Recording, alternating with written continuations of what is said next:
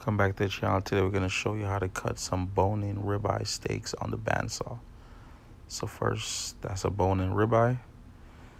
That's what it looks like. So first you want to go ahead and just want to square it up to make sure you get your steaks even. Then you want to go ahead and cut your steak with the knife. And by doing this, by cutting your steaks with a knife, the process is we're going to go on the bandsaw. We're going to cut them in between the steaks, and what that's going to do, that's going to reduce the bone dust.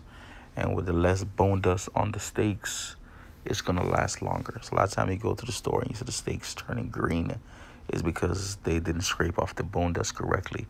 So this is the correct way of cutting bone-in ribeye steaks, is by using the knife to cut the steaks.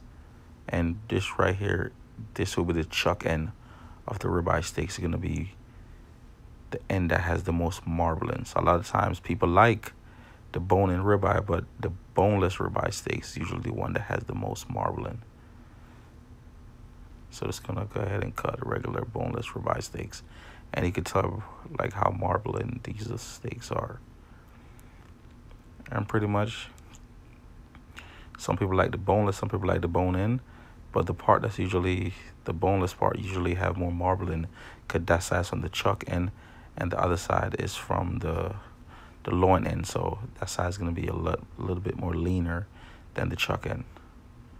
So right now I'm just showing you how to trim them. Once again, you should make sure they look nice and pretty, because eye appeal is by appeal. You don't want to take too much fat off, but you want to make sure you don't leave too much fat on the steaks either. Some people like a lot of fat, some people don't.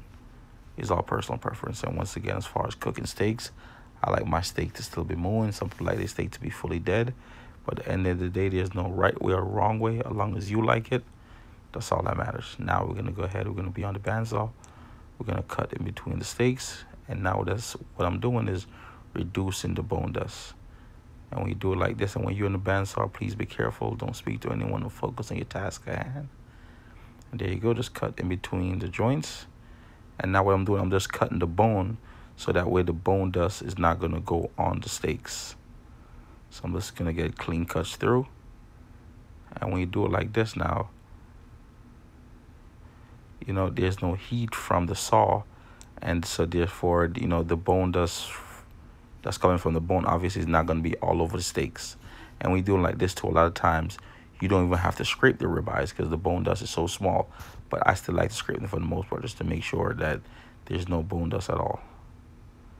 And there you go. And now I'm just going to show you how to go ahead and trim them. So there you go. See, there you go. There's like barely any bone dust. And because we cut them the right way. Obviously, you could cut them the regular way on the bandsaw, but then you're going to lose at least 1 to 2 days shelf life on them. And this way it's a lot cleaner, and it's a way better cut. And that's just me, just the process of trimming the ribeyes. Like I said, you want sometime, you know, under the bottom is real fatty. You just want to make sure you put a good quality product into the case. And like I said, every time I'm cutting meat, I always cut it like I'm going to take it home to my family. So I'm always going to put the best cuts out there. I wouldn't put anything out there that I wouldn't take home. So now I'm just giving a nice trim. Like some people's going to say I take too much off. Some people are going to say it's not enough. But it's all based on what's necessary for the market to be successful. So there you go. That'll be your ribeye steaks. And these will be the boneless steaks from the chuck end. And you could tell that the boneless one has more marbling, because it's on the chuck end, and the bone-in one is from the loin end.